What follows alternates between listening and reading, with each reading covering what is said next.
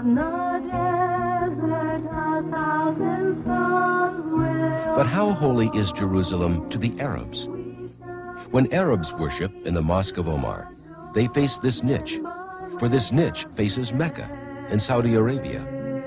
The Arabs in Jerusalem face towards Saudi Arabia to pray. The Arabian center of worship is Mecca, not Jerusalem. To the Jews, Jerusalem always was and ever will be the center of their worship.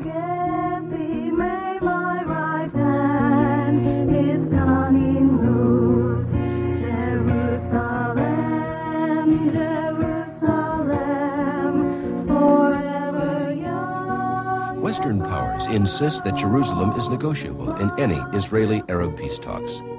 Jerusalem is not negotiable. Archaeology and history confirm Jerusalem is in the hands of its rightful owners. Remember Zechariah's prophecy. All nations who involve themselves in the Jerusalem issue will be sorely wounded. The nations of the world had better heed this warning.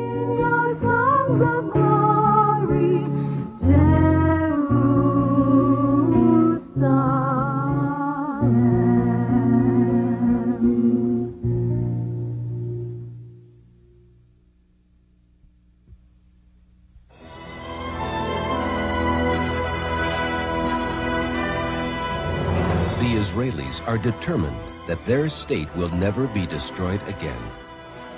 Masada was symbolic of the destruction of the Second Commonwealth. Its defenders are glorious heroes of Jewish history. At night, in awe-inspiring ceremonies on the slopes of Masada, new Israeli Defense Force recruits take the solemn oath, Masada shall not fall again.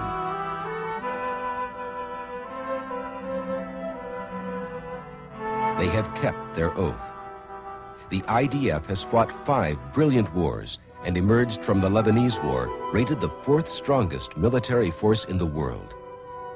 But the Jewish people are weary of war. Israel wants peace. Camp David proved that Israel is willing to sacrifice much for peace. They gave Egypt the whole Sinai. This made their southern border very militarily vulnerable. But they were willing to take this chance for peace. They gave Egypt the Sinai oil wells, which had supplied 75% of their energy needs. This played havoc on their economy, but it was a price they were willing to pay for peace. And still the world asks Israel to give more. Israel asks, what have the Arabs given for peace? Many applaud the 1993 peace accord between the PLO and Israel as a positive gesture toward peace, but have deep apprehensions that it may be a strategy by the Arabs to gain a foothold in Israel from which to launch a future assault. Arab military sophistication is on the increase. Seemingly time is on their side, and despite the existence of so-called moderate Arabs, many still feel that the Arabs are intent on the destruction of the Jewish state. History has shown that world opinion toward Israel is, at best, fickle, and this raises the question of how long the United States will continue military and financial support.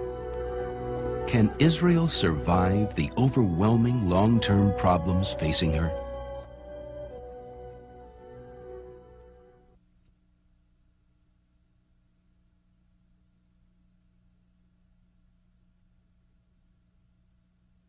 The Jewish people was ordered by God to settle in the land, while for other people there is no specific religious duty to live in a certain land.